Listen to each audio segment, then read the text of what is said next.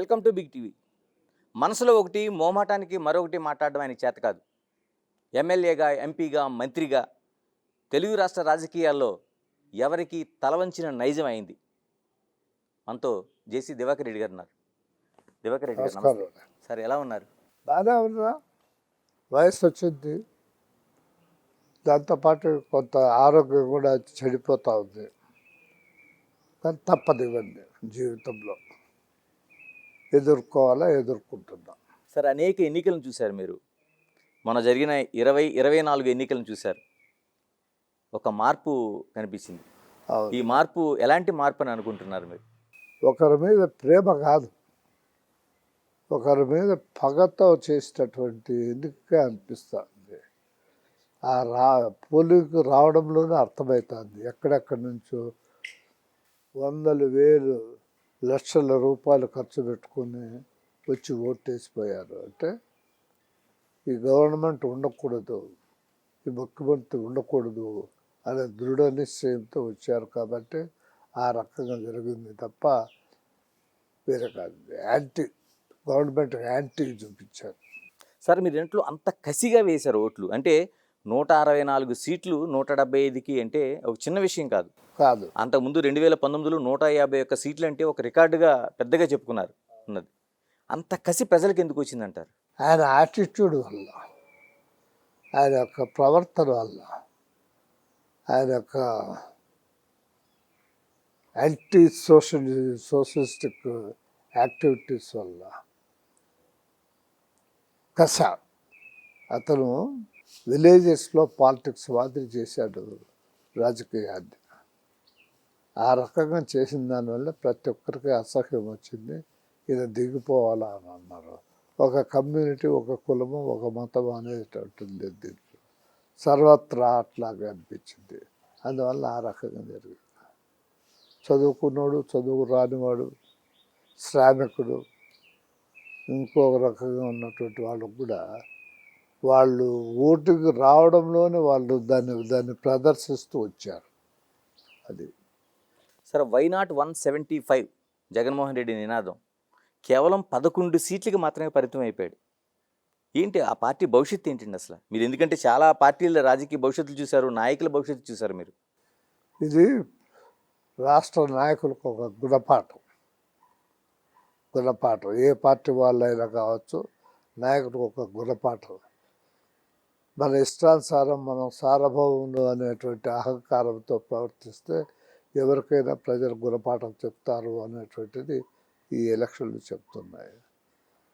ఇప్పుడు చంద్రబాబు నాయుడు ఉన్నాడు, ఆయన మనిషి మామూలుగా సౌమ్యంగా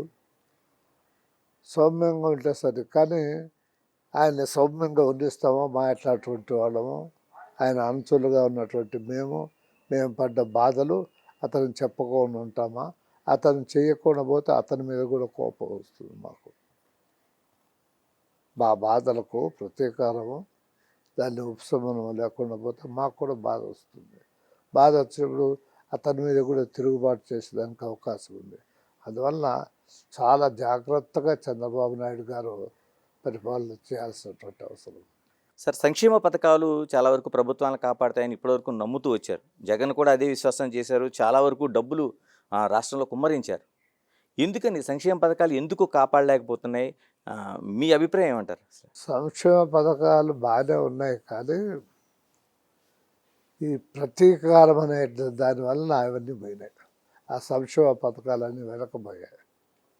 ప్రతిదానికి ప్రతీకారం తీసుకోవాల్సినటువంటి ఆకాంక్ష అతనిలో ఎక్కువ ఉన్నది. ఆ ఎక్కువ దాన్ని అది సర్వత్రా వ్యాపించింది. సార్ మీరు అన్నట్టు ఇప్పుడు తెలుగుదేశం, జనసేన, బీజేపీ ఒక అనూహ్యమైన కూటమి ఇది. ఎన్నికలకు ముందు కూడా పెద్ద చర్చ జరిగింది, ఎలక్షన్ తర్వాత కూడా జరిగింది. అంటే ఎలా ఉండాల్సిన అవసరం ఉంది? వీళ్ళు ఎలా అడుగులు వేయాలి? ఎందుకంటే 3 పార్టీలు 3 భిన్నమైన దృక్పథాలతో ఉన్న పార్టీలు ఇవి. దృక్పథాలతో ఉన్న వాస్తవాలను గ్రహించాలి. ప్రతీకారం అనేటువంటిది ఉండకూడదు. ప్రతీకారం లేకుండా ప్రజా సంక్షేమమే ధ్యేయంగా పెట్టుకొని పనిచేస్తే బాగుంటుంది. ఇలా ఈ 5 ఏళ్లలో ప్రభుత్వం చేయాల్సింది ఏముంది? ఎందుకంటే అనేక పథకాలు నిలిచిపోయి ఉన్నాయి రాష్ట్రంలో. మీరు గుర్తించినవి అనేకం ఉన్నాయి. ఈయన కూడా చాలా పథకాలు చెప్పాడు చంద్రబాబు నాయుడు గారు కూడా. ఎట్లా సర్దుతాడో చూడాల. ఆర్థికంగా బాగలేదు పరిస్థితి. ఆ పరిస్థితి గట్టెక్కుతాడు, ఎట్లా ఎక్కుతాడు అని. కానీ ఒక శుభసూచక మొన్న ప్రమాణ స్వీకారానికి ఇతర దేశాల నుంచి కూడా ప్రముఖులు చాలామంది వచ్చారు. వాళ్ళు వచ్చారు కాబట్టి బయట నుంచి పరిశ్రమలు వచ్చేదానికి అవకాశం ఉంది. పరిశ్రమలు వస్తేనే ఏమైనా ఆర్థికంగా బాగుపడతాము. ఆ బాగుపడడం అది ప్రజలకు ఉపయోగపడాలి. ఇలా అమరావతి నిర్మాణం సంబంధించి అనేక చర్చలు దాని గురించి జరుగుతున్నాయి. ఎందుకు మీకు డౌట్ ఉంది? అమరావతిగానే ఉంటుంది, అది రాజధానిగానే ఉంటుంది. దాని గురించి ఎవరికి డౌట్ ఉండాల్సినటువంటి అవసరం లేదు. పోలవరం ఎలాగా? అంటే మీరు 2014లోనే చాలా స్పష్టంగా అందరూ బాకాలు కొడుతున్న టైంలో ఒక్క జేసీ దివాకర్ రెడ్డి గారు మాత్రమే ఇది కష్టసాధ్యమైంది, పూర్తి చేయడానికి ఆచరణ ఉండాల్సిన అవసరం ఉందని చెప్పిన వాళ్ళు మీరు. ఇప్పుడు ఈ ఎలక్షన్లో పరిస్థితులు మోడీ గారు కూడా సన్నిహితమైనారు పరిస్థితుల ప్రభావం వలన చంద్రబాబు నాయుడుతో. బహుశా అందువలన పోలవరం కూడా సాధ్యమవుతుంది, సుసాధ్యమవుతుందని నేను నమ్ముతున్నా. మననే పోయి వచ్చాడు పోలవరానికి, నిన్న పోయి వచ్చాడు ముఖ్యమంత్రి గారు. ముఖ్యమంత్రి గారికి ప్రత్యేకమైన శ్రద్ధ ఉంది దానిపైన. కాబట్టి ఈ ఉన్న పరిస్థితులు, ఈ ఉన్న రాజకీయంలో మా ముఖ్యమంత్రి గారు అధిక ప్రాధాన్యత ఇస్తారనుకుంటున్నా పోలవరానికి. మోడీ గారు కూడా దానికి సహకరిస్తారు చంద్రబాబు నాయుడు గారు. నా విశ్వాసం, నమ్మకం. సార్ చాలా క్యాబినెట్లు చూశారు, మీరు చూడని క్యాబినెట్లు లేవు. ఈ క్యాబినెట్ని చూస్తుంటే ఏమనిపిస్తుంది? ఎందుకంటే చాలామంది సీనియర్ని పక్కన పెట్టి ఒక కొత్త వాళ్ళకి అవకాశాలు ఇచ్చినట్టుగా కనిపిస్తుంది. యంగ్స్టర్స్కు ఇచ్చాడు. అంటే రాబోయే రోజుల్లో యంగ్స్టర్స్ ముఖ్యమంత్రి అవుతాడు అనేటువంటి దానికి సూచనగా ఆయన దానికి తగినట్టుగా క్యాబినెట్ సమకూర్చాడు నా అభిప్రాయం. అంటే అంతకుముందు చాలామంది సీనియర్లు అనుభవం ఉండాల్సిన అవసరం ఉందనేది చాలా మాటలు చెప్తున్నారు. మీరు పూర్తిగా యంగ్స్టర్స్ని సపోర్ట్ చేస్తున్నారు. అనుభవము కేవలం ఆ పదవిలో ఉంటేనే అనుభవం వస్తుంది, లేకపోతే లేదు. ఇప్పుడు మారిపోయింది కాలం. చాలా యంగ్స్టర్స్ కూడా చాలా విజ్డమ్ ఉన్నటువంటి వాళ్ళు ఉన్నారు. అలాంటి వాళ్ళే ఎదుర్కొన్నాడు. కాబట్టి అనుభవం లేకపోయినా నేర్చుకోగలరు, చూసి నేర్చుకోగలరు. సెక్రటరీలు ఉన్నారు సహాయ సహకారాలు అందించడానికి, వాళ్ళ సహాయం తీసుకుంటే వస్తుంది. సరే, ఇప్పుడు ఎన్డీఏలో ఒక భాగస్వామిగా తెలుగుదేశం పార్టీ ప్రయాణం చేస్తుంది అంటున్నా. రెండోది కీలకమైన స్థానాల్లో ఉన్నారు వాళ్ళు. ఎందుకంటే వాళ్ళ మెజారిటీ అవసరం ఎన్డీఏ ప్రభుత్వానికి. బీజేపీకి మెజారిటీ లేదు కాబట్టి. ఎలా మన రాష్ట్రానికి రావాల్సిన నిధులు కావచ్చు, మీరు అన్నట్టు పోలవరం కావచ్చు, ఇవన్నీ సమకూరే అవకాశం ఉందా? అవకాశం ఉంది. కీలకమైన స్థానంలో ఉన్నారు చంద్రబాబు నాయుడు గారు. చంద్రబాబు నాయుడు గారిని అంత సులభంగా తోసిపుచ్చలేడు నరేంద్ర మోడీ గారు. కాబట్టి కొంత సాధ్యమవుతుంది. సరే, ఇలాగా మరోవైపు కాంగ్రెస్ పార్టీ, మీరు ఎప్పుడో చెప్పారు 2014 తర్వాత కూడా కాంగ్రెస్ అనేది అది జీవించదు అనేది మీరు ఎప్పటికీ స్పష్టం చేస్తున్నారు. ఈ ఎన్నికలు చూసిన తర్వాత మీకేమనిపిస్తుంది? కష్టం. కాంగ్రెస్ పార్టీ సరైన లీడర్షిప్ లేదు. రాష్ట్రాలలో సరైనటువంటి లీడర్షిప్ లేదు. రాష్ట్రాల్లో లీడర్షిప్ పెంచాల్సినటువంటి అవసరం ఉంది కాంగ్రెస్ పార్టీకి. పెంచితే మంచిదే. మరి షర్మిలని తీసుకొచ్చారు, పిసిసి అధ్యక్షురాలుగా షర్మిలని తీసుకొచ్చారు. షర్మిలాని తీసుకురావడంలో తప్పేం లేదు. అయితే ఆమెను సరైన టైంలో తీసుకొని రాలేదు. తీరా ఎలక్షన్స్ అప్పుడు తీసుకొచ్చారు. అట్లా కాకుండా ఒక సంవత్సరం ముందర తీసుకొచ్చింటే ఆమె పరిస్థితి ఘోరంగా. సరే, ఎందుకు కొత్త రక్తం అనేది కాంగ్రెస్ వైపు ప్రయాణం చేయట్లేదు? ఆంధ్రప్రదేశ్కి సంబంధించి రాజకీయాలు నేను మాట్లాడుతున్నాను. ఇప్పుడు చూడాలి, కొత్త రక్తం వస్తుందేమో అనుకుంటున్నాను నేను. ఆమెకు సంపూర్ణమైన సహకారం ఇవ్వాల్సినటువంటి అవసరం ఉంది. కేంద్రంలో ఉన్నటువంటి ఆ పార్టీ పెద్దలు ఆమెకు సహాయ సహకారాలు అందిస్తే ఆమె పైకి వచ్చేదానికి ఛాన్సెస్ ఉంది. సరే, ఇప్పుడు మరోవైపు రెండు రాష్ట్రాలు, మీరు ఉమ్మడి రాష్ట్రంలో కూడా కీలకంగా పనిచేశారు. తెలంగాణ రాష్ట్రం విడిపోయిన తర్వాత ఇప్పుడు అందులో బీఆర్ఎస్కి స్వస్తి చెప్పారు ప్రజలు, కాంగ్రెస్ పార్టీని తీసుకొచ్చారు. మీరు కూడా ఇక్కడ రాజకీయాలను అబ్జర్వ్ చేస్తూనే ఉంటారు. ఎందుకంటే మీకు రెండు రాష్ట్రాలు వేరు వేరు ఏం కాదు, ఎందుకు ఉమ్మడి రాష్ట్రంలో పనిచేశారు. ఎలా అనిపిస్తుంది ఇక్కడ రేవంత్ రెడ్డి పాలన కావచ్చు, లేకపోతే కాంగ్రెస్ ప్రయాణం కావచ్చు? ఇదంతా వీళ్ళ పైన లవ్తో కాదు, లవ్ లాస్ట్ ఏం లేదు. ఇవాళ వచ్చినటువంటి ప్రభుత్వాల పైన లవ్ లాస్ట్ లేదు. ఆ ప్రభుత్వాల పైన ఉన్న వ్యతిరేకత వీళ్ళకి లవ్ లాస్ట్ అయింది. వ్యతిరేకత ఓట్లు. ఎలా అనిపిస్తుంది ఇప్పుడు చాలా వరకు ఇక్కడ పథకాలని అక్కడ ఆ, కొంత కాపీ చేసినట్టు కనిపిస్తుంది. ఆ, అంటే ఎక్కువ ఒక ప్రయాణం జరుగుతుంది. ఏమనిపిస్తుంది మీకు ఇక్కడ రేవంత్ రెడ్డిని అబ్జర్వ్ చేస్తున్నారు మీరు? రేవంత్ సిన్సియర్గానే ప్రయత్నం చేస్తున్నాడు, రాగద్వేషాలకు అతీతంగానే ప్రయత్నం చేస్తున్నాడు. సీనియర్లను అందరినీ కలుపుకొని పోతున్నాడు, ఇతర పార్టీ వాళ్ళు కూడా కలుపుకొని పోతున్నాడు, తెలివిగా చేసుకుంటున్నాడు. మరి అది ఎంతవరకు ఆచరణలోకి వస్తుందనేది చూడాలి, వెయిట్ చేసి చూడాలి. అతని ప్రయత్నం అతను సిన్సియర్గా చేస్తున్నాడు. Congratulations to Revanth Reddy. Sir, మీరు పేరుకు జేసీ దివాకర్ రెడ్డి, కానీ ఎప్పుడు కూడా మీరు కులాలకు సంబంధించిన దాన్ని ఏదో రూపంలో వ్యతిరేకిస్తూనే ఉంటారు. అది ఎక్కడి వరకు ఉండాలో అక్కడి వరకే ప్రయాణం చేయాలని మీరు చాలా సందర్భాలు చెప్పిన మాటలు ఉంటాయి. ప్రత్యేకంగా ఆంధ్రప్రదేశ్కి సంబంధించి అంటే మిగతా సమయాల్లో కలిసి ఉంటారు, కానీ ఒక ఎన్నికల సమయంలో పూర్తిగా ఒక రేఖ విడిపోయి ఉంటుంది. ఈసారి మరింత ఎక్కువగా కనిపించింది. ఆ, ఎలా చూడాల్సిన అవసరం ఉందండి ఈ రాజకీయాలని, ఆంధ్రప్రదేశ్ రాజకీయాలని? ఇది మనుషుల యొక్క దృక్పథాన్ని బట్టి ఉంటాయి. ఇవన్నీ ఎంతవరకు చూడాలనేది వాళ్ళు నిర్ణయించుకోవాలి. ఇప్పుడు పవన్ కళ్యాణ్కి బేస్ కులమే, ఓకే, ఆయనకు కులమే. ఆ కులం ఆయన్ను స్ట్రాంగ్గా సపోర్ట్ చేసింది. అది కానీ అతను కులంతో పోతాడా లేకపోతే ఇష్యూస్తో పోతాడా అనేది ఇంకా కొంతకాలం పోయి చూడాలి, మరి వెయిట్ చేసి చూడాలి. పద్మనాభం ఉన్నాడు, ఆయన కులమే. ఇప్పుడు పద్మనాభ రెడ్డి అనిగా మార్చుకుంటారని చెప్పారు. అదే అన్నాడు ఆయన మార్చుకునేది లేదు, పెట్టేది లేదు, మార్చుకోలేరు, ఎవరు కోరుకోవటం లేదు. ఆయన కులాన్ని బేస్ చేసుకునే వ్యవహారం నడిపాడు. పవన్ కళ్యాణ్ ఆ రకంగా కనపడటంలే.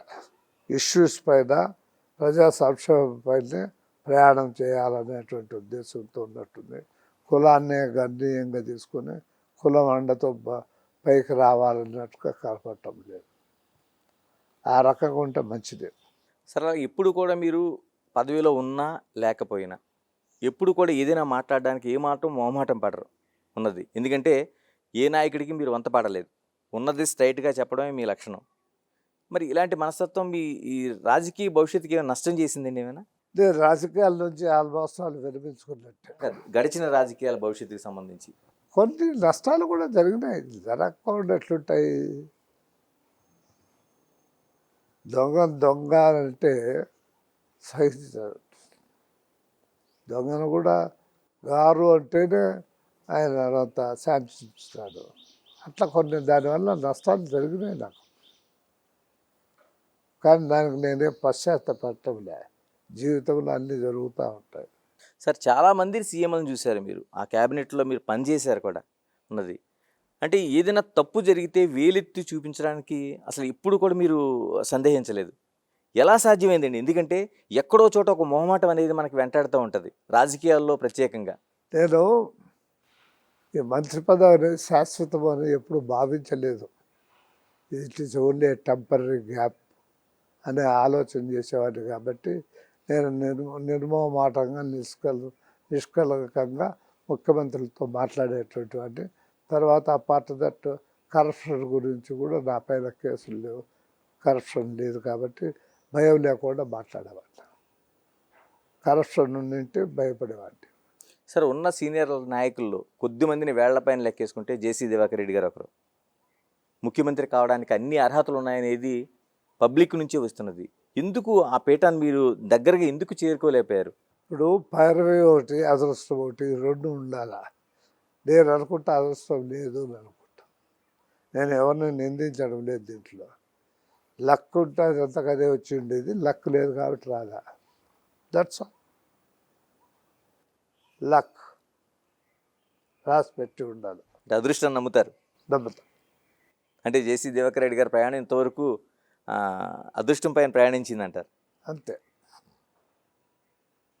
నా నమ్మకం అది. సరే ఎలాగా అంటే అనంతపురం తాడిపత్రిలో జేసీ దివాకర్ రెడ్డి గారు ఒక సింహంలాగా అలాగే భావిస్తారు అక్కడ. ఎందుకంటే ఆ పరిస్థితి మేము దగ్గర నుండి కూడా చూసాం. ఇప్పుడు అలాంటి ఆ, దివాకర్ రెడ్డి గారు ఈ రోజున ఊరు విడిచిపెట్టి రావాల్సిన పరిస్థితులు కల్పించారు. ఎలా చూడాల్సిన అవసరం ఉంది నాకేం రాజకీయాలు? ఊరు విడిచిపెట్టిన పరిస్థితి లేవే లేవే ఎవరు లేరు ఇప్పుడు. ఉన్న వాళ్ళందరూ ఏదో కేసుల్లో ఇరక్కపోయారు. ఏదో ఇప్పుడు ఎలక్షన్లకు ముద్దరు చేసి ఉంటే అది ఒక రకంగా ఉండేది.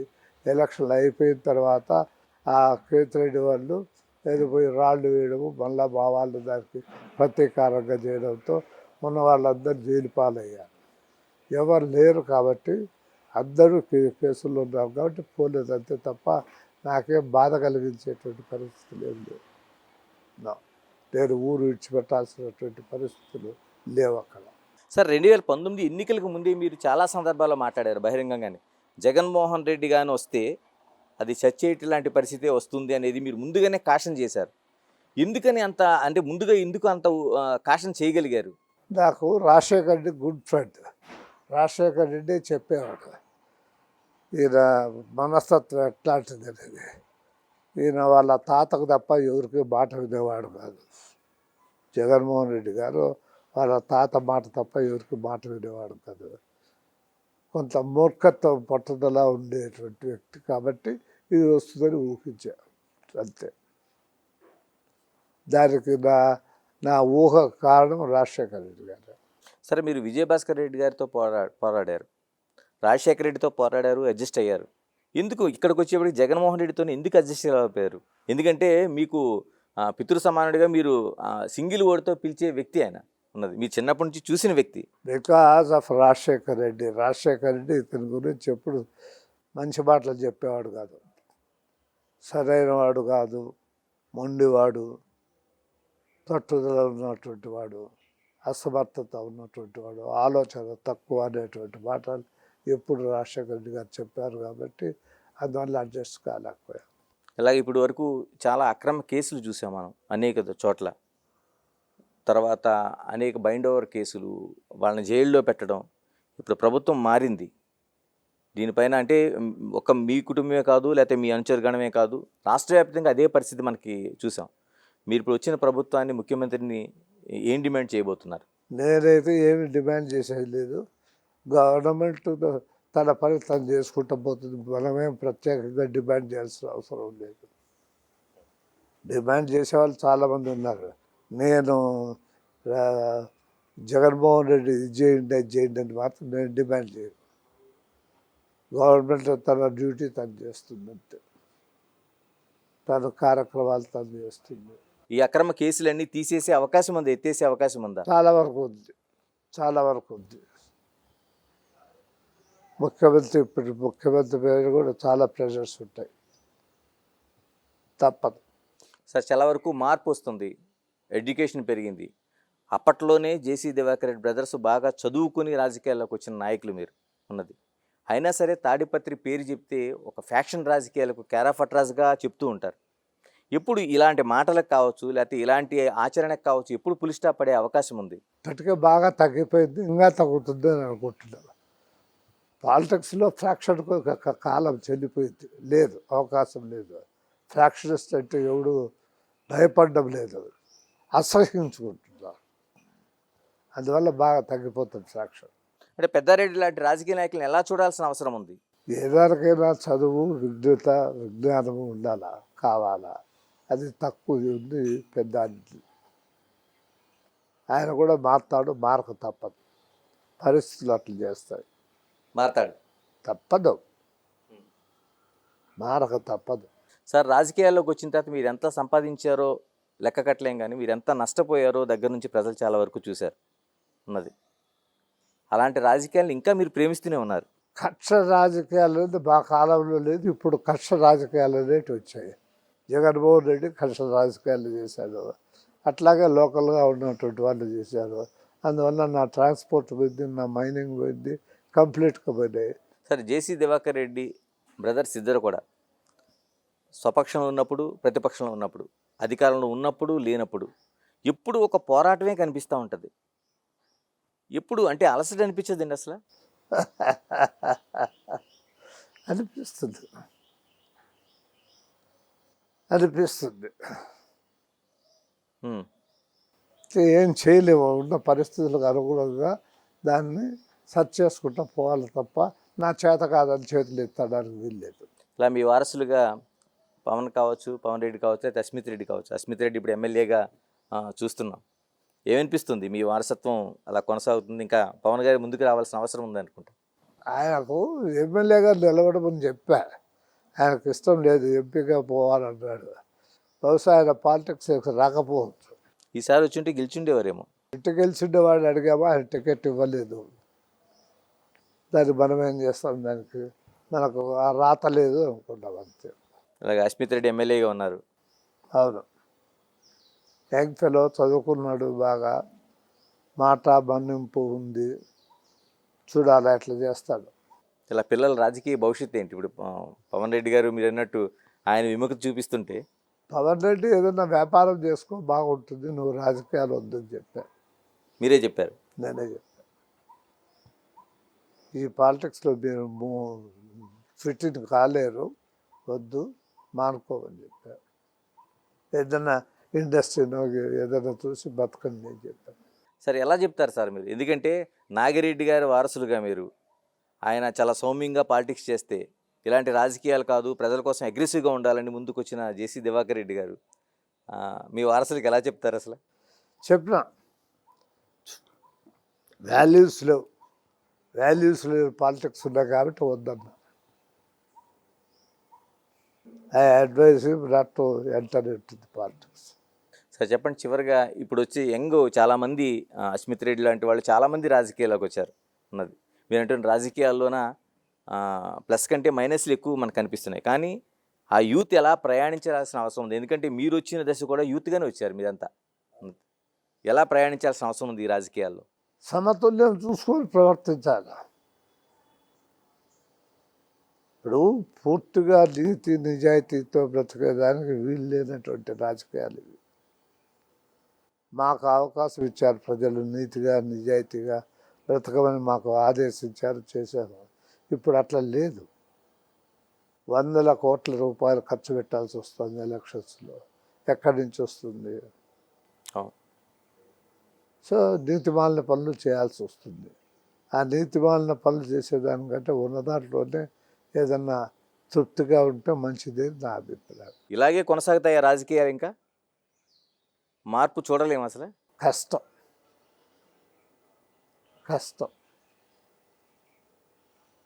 ప్రతిదీ డబ్బుతో పోలుస్తున్నారు కాబట్టి కష్టం. చంద్రబాబు నాయుడు కోసం చెప్పండి. ముఖ్యమంత్రిగా 4వ ప్రమాణ స్వీకారం చేసి ప్రయాణం చేస్తున్నాడు ఆయన, 70 ఏళ్ళు పైబడిన వయసులో ఉన్నది. ఎలా సాగబోతుంది అంటారు ప్రయాణం ఇప్పుడు? ఆయన ప్రయాణం బాగానే సాగుతుంది. మెచ్యూరిటీ ఉంది అతనిలో, ఆలోచన ఉంది, ప్రజలు అనేటువంటి మనస్తత్వం ఉంది. కేవలం ఏదో తను పట్టిన కుందేటికి 3 కాళ్ళు అనేటువంటి వాడు కాదు.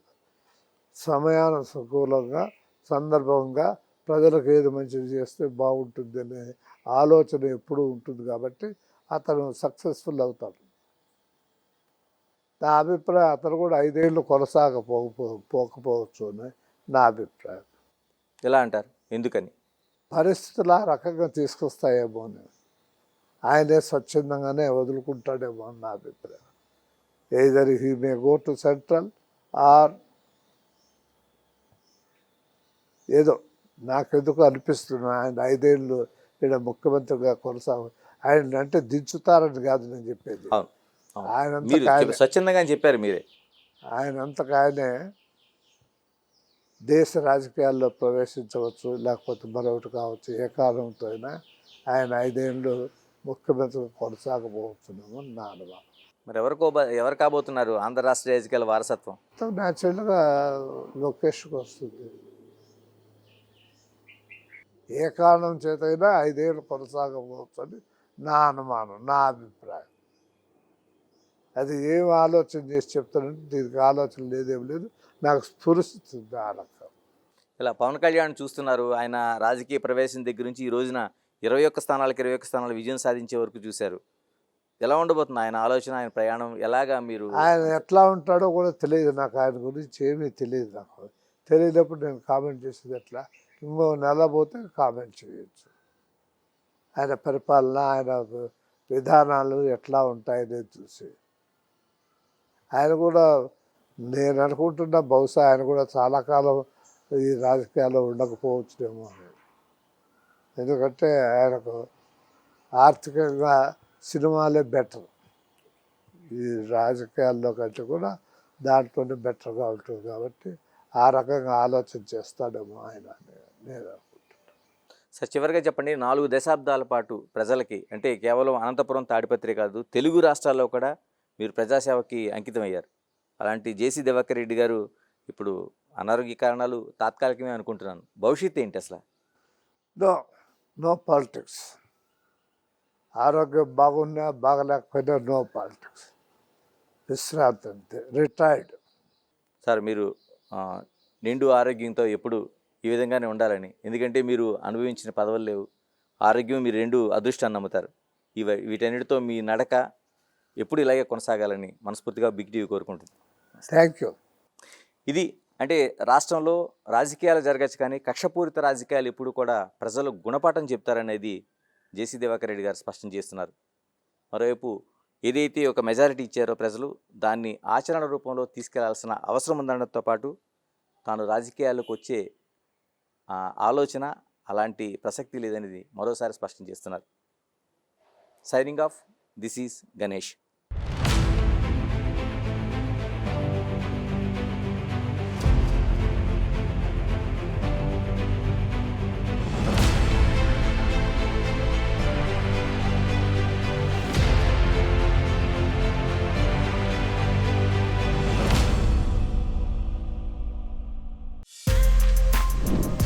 For more videos like this, subscribe Big TV channel.